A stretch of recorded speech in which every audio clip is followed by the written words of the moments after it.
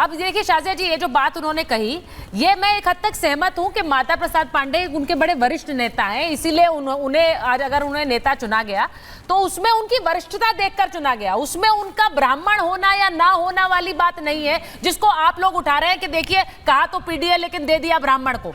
वो वरिष्ठ नेता है इसलिए उन्हें दे दिया।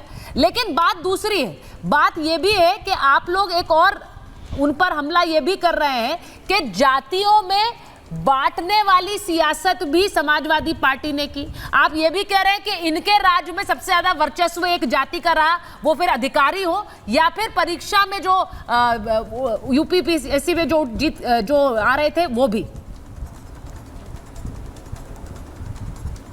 ये तो सब जानते हैं ना, समाजवादी पार्टी की राजनीति, चाहे वो एमवाय हो, मजगर हो, अजगर हो, सब जानते हैं क्या कुछ रहा है। हम लोग यूपी के लोग हैं भाई, हमें सब पता है। तो हमें ये बताएंगे जातियों के बारे में कि किस तरह से कौन जातियों को इस्तेमाल कर रहा है और एक दूसरे से लड़वा रहा है और जातिगत ही राजनीति और आइडेंटिटी की इस पहचान से ही सत्ता भोग रहा है। सब जानते हैं इस बात को। इस्तेमाल करो लोगों की जातियों को और अपना घर भरो, बस यही तो राजनीति है समाजवादी पार्टी की। परिवारवाद, भ्रष्टाचार और जातिवाद, और कुछ है ही नहीं। यही तो 3 पिलर्स हैं इनके। तो ये क्या बोलेंगे, बताएंगे किसी को? अच्छा, दूसरी बात, भाई साहब अभी ने इन्होंने क्या क्या संजय जी ने कि आप जिस तरह से देख रहे हैं कांवड़ यात्राएं निकल रही हैं, ये सारे बेरोजगार हैं।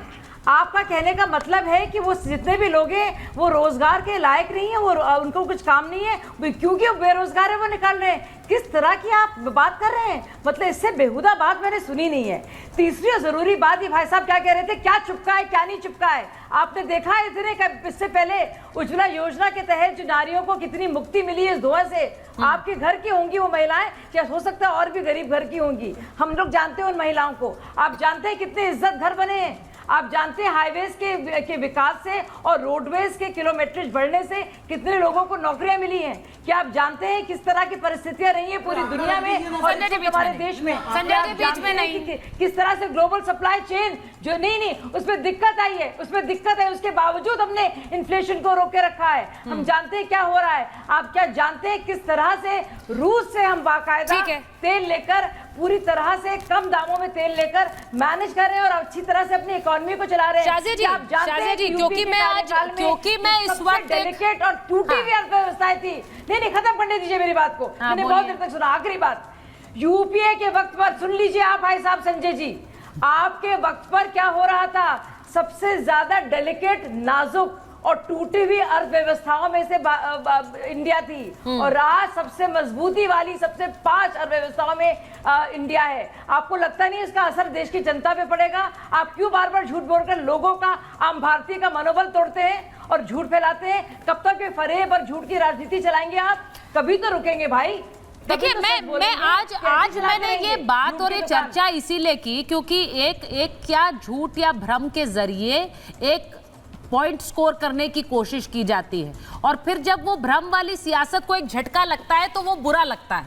मैं एक और तस्वीर आपको दिखाना चाह रही हूँ क्योंकि आज एक बार फिर से सावन का सोमवार है, कांवड़िए निकल रहे हैं, कांवड़िए निकल रहे हैं, ये तस्वीर आप देख रहे हैं। लेकिन इस पर आज योगी आदित्यनाथ ने एक और बड़ा हमला किया। भाटी जी से सुनिएगा क्योंकि इसके बाद मैं आपके पास आ रही हूँ।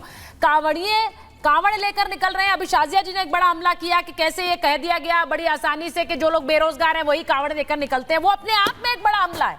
लेकिन आज योगी आदित्यनाथ ने कहा कि कैसे पहले की सरकारों ने ये कांवड़ यात्रा निकलने नहीं दी। जरा सुन लीजिए एक बार।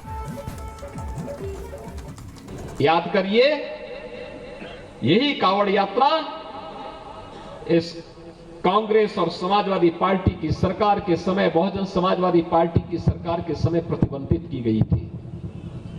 ये केवल एक कांवड़ यात्रा नहीं है, ये केवल शिव भक्तों का एक मंगल गान नहीं है, उनकी यात्रा भर नहीं है, इसके साथ रोजगार भी जुड़ा हुआ है। तो योगी आदित्यनाथ ने कांवड़ यात्रा पर कहा कि पहले की सरकारों ने भाटी जी कांवड़ यात्रा निकलने नहीं दी। शाजिया जी ने अभी बड़ा हमला किया कि जो लोग ये कहते हैं कि बेरोजगार निकल जाते हैं कांवड़ यात्रा पर, अब उनके मन में क्या सम्मान रहेगा? सुचेता, ये डॉक्टर पति पत्नी है।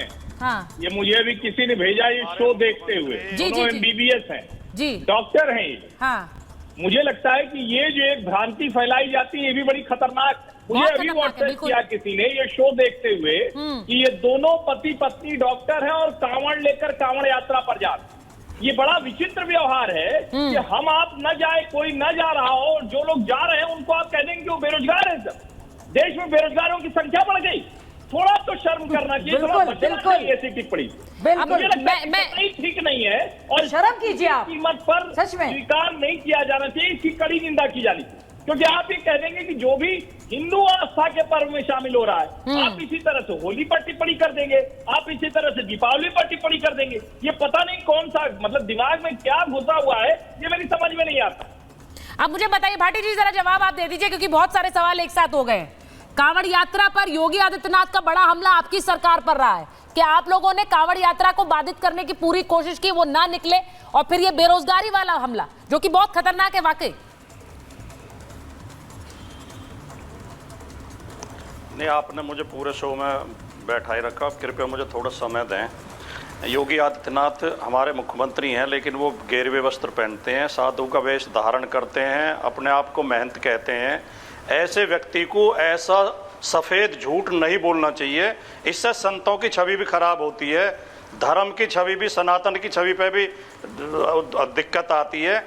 कौन सा ऐसा शासन था जिसमें कांवड़ यात्रा पर रोक लगाएगी? कोई रिसर्च करिए आप, आपके चैनल को इस झूठ को बेनकाब करना चाहिए। एक मुख्यमंत्री की कुर्सी पे बैठा व्यक्ति और संत का चोला धारण करने वाला व्यक्ति सरासर झूठ बोल रहा है।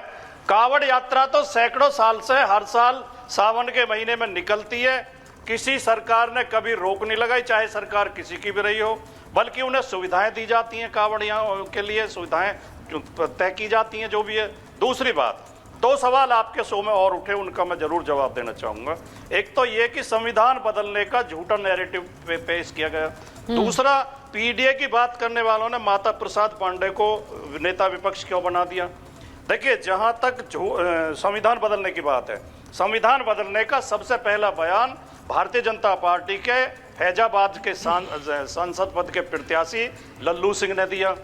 उसके बाद दूसरे लोगों ने, इनके कई नेताओं ने बयान दिए कि हम 400 सीट हमें इसलिए चाहिए कि संविधान बदलेंगे। हमारे कहने से नैरेटिव नहीं बना, भारतीय जनता पार्टी की नीयत खराब थी, मोदी जी की नीयत खराब थी, इसलिए नैरेटिव बना। क्योंकि भारतीय जनता पार्टी हमेशा संविधान की आलोचना करती रही है, संविधान बदलने की बात करती रही है, अतीत में भी संविधान की समीक्षा के लिए देखिए आयोग भाटी बनाने जी, की बात इसका करती मुझे रही एक है। बड़ा सीधा सा जवाब लगता है भाटी जी। शाजिया जी उसका जवाब देंगी। नहीं, अच्छा, बात पूरी करिए, आप पूरी करिए। ठीक है, पूरी नहीं, गलत बात, पहले मेरी बात। अरे नहीं सर, महाभारत में कुछ गलत नहीं होता है, सिर्फ अच्छा होता है, सही होता है। आप बात पूरी करिए, बोलिए। दूसरी बात, पीडीए की नारा देते हैं, लेकिन माता प्रसाद पांडे को नेता प्रतिपक्ष बनाते हैं। पीडीए का मतलब गैर पीडीए से नफरत नहीं है, हम में और इनमें यही फर्क है। ये हिंदुत्व की राजनीति करते हैं, हम पीडीए की राजनीति करते हैं। इनके हिंदुत्व जो है गैर हिंदुओं से नफरत करना सिखाता है, ये उनका बहिष्कार करते हैं, ये उनके खिलाफ तरह तरह के बयान देते हैं, उनके खिलाफ नफरत फैलाते हैं। हमारा पीडीए गैर पीडीए को भी सम्मान और हिस्सेदारी देने की बात करता है, सहभागिता देने की बात करता है। पीडीए का मतलब है पीडीए के लोगों के साथ जो अन्याय ये सरकारें कर रही हैं, बीजेपी की सरकारें, उसकी आवाज उठाना। पीडीए का मतलब गैर पीडीए को अपमानित करना है, उनका बहिष्कार करना नहीं है।